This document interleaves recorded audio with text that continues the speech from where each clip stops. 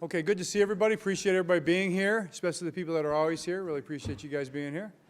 And a little shout, yeah, there you go. We've had this conversation before with our guys and gals. So very excited, playing a very good team.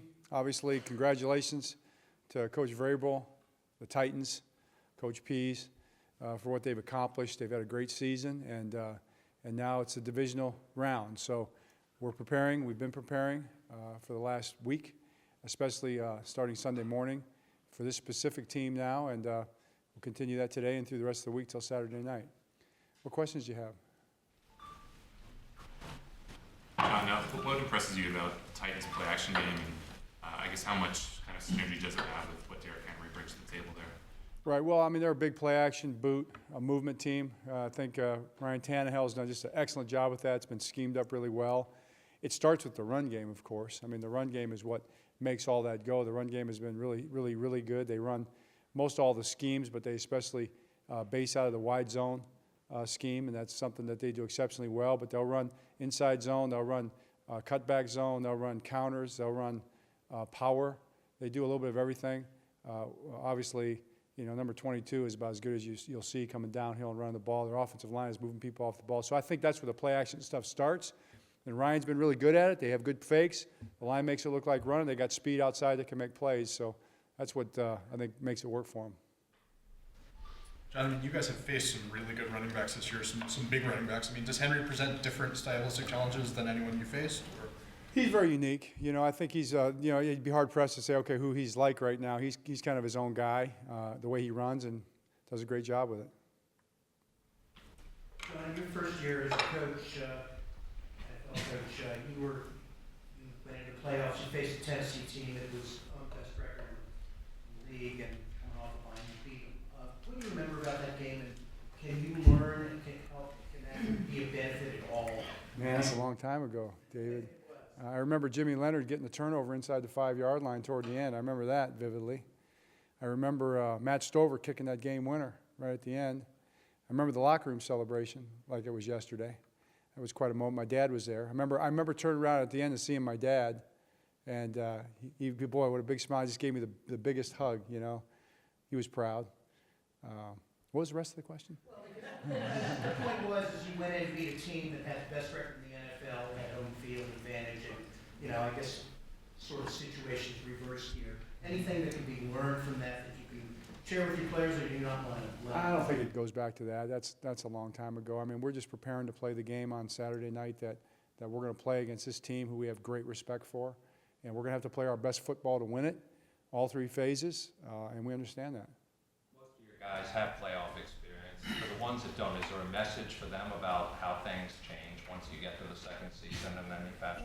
Yeah, we'll talk about that a little bit. You know, it's our guys understand it. I saw Lamar's comments about it, you know, and he's right, spot on. I'll trust our veterans to get a lot of that across. I think our focus will be on preparing for the football part of it more than anything. Do you think Lamar has a bitter taste? He still reflects the last year and wants redemption from what happened in the postseason. Well, yeah, he commented on it, so I thought, you know, his words stand for what he said. Coach, obviously Lamar has been unbelievable in a lot of areas, but going back and watching him in the red zone, how much of what he does there in tight spaces just can't be taught? Some of the different arm angles. He just seems to have an innate feel for his guys and whatever he has to do to fit the ball wherever it's got to go. Right. Well, he does, and he can also extend the play, hold the ball, move if he has to, and you know, he's done really well with that. And I'd say Ryan Tannehill has probably done that just as well. I mean, they're the #1 red zone team in the league right now. We might be #2. I'm not sure, but Ryan does that. He extends plays. He moves around. Guys do a great job of extending to get open. You're going to have to cover those guys for a long time and do a great job with it. So that's what's successful in the red zone, just what you're talking about. When you've been to the playoffs 7, 8 times, when you get to practicing for the playoff games, can you sense a difference in the team, the intensity of the team, or do you want the team to be exactly the same in the practice before those games as during the season? That's really a good question. Yes and yes. You know, they're locked in, they're focused, they're excited, they understand this is it, this is what you work for, and it is a new season, and they're very, there's an intensity, you know. I think there's an intensity all the time, but the other part of it is you want to have your best practice every single time out. We always talk about our best Wednesday, our best Thursday, our best Friday, better than anybody else in football, better than anybody in the history of football, and we're chasing all those things every single week. I think, you know, you have to do that to be able to perform at a high level, to give yourself a chance, and that is the thing that it stays the same. You know, you try to carry that over into the playoffs. There's much talk as there is about your offense. You're really playing very good complementary football. Like you're never on a short field, your defense is good. Is this perhaps, or how does the balance on this team rank amongst teams that you've had? Well, I think it's really good. You know, we've always tried to play that way. That's kind of been our goal. We never want to be a lobster, you know. Don't they have one big claw and one little claw? Is that a lobster? It's lobsters, right? Or is it some other clawed fish? I don't know. It's a crab. It's a crab. Okay. Okay. So that's it.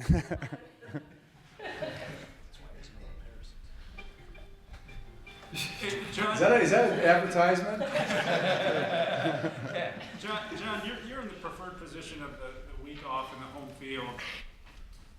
Your team is the last one that ever had to play wild card weekend and made it to the championship game.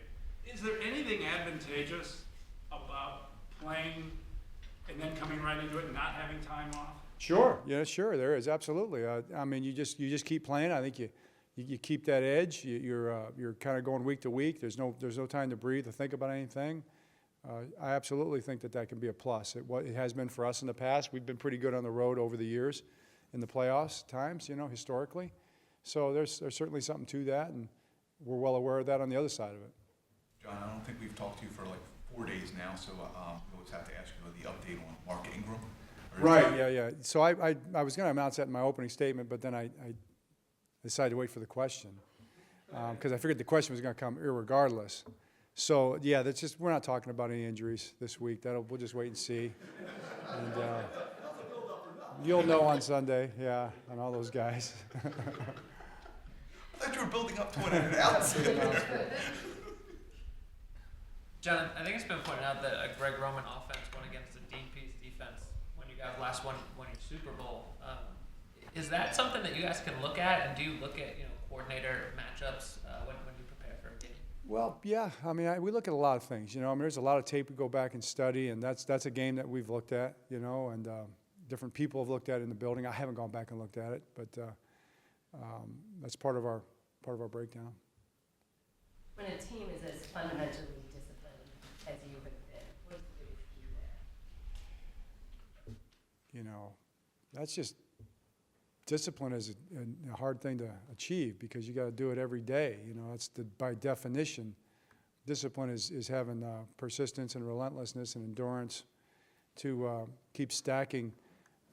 You know, a lot of hard work and doing things right, making good choices. So that's what discipline is. So if it was easy, everybody would have it. You know, and that's something you chase as a football team. Hopefully, you chase it as an individual, as a person too. You know, and hopefully it shows up on. If you do it every day, it certainly has a chance to show up on Sunday in the way you play, and that's what we try to do. All right. John, Lamar turns 23 today. I don't know if you got him a gift or anything. Well, we did. We celebrated that a little bit. We always put it up there, the birthdays in our team meetings. So it was Lamar, but not just Lamar. Bobby Ingram's birthday is today, and Sterling's birthday is today. Sterling Lucas is one of our defensive coaches. So we had 3 big birthdays today that we're celebrating. We expect guys to be at their best on their birthday, and it's their birthday week. All right? Thank you. Appreciate it.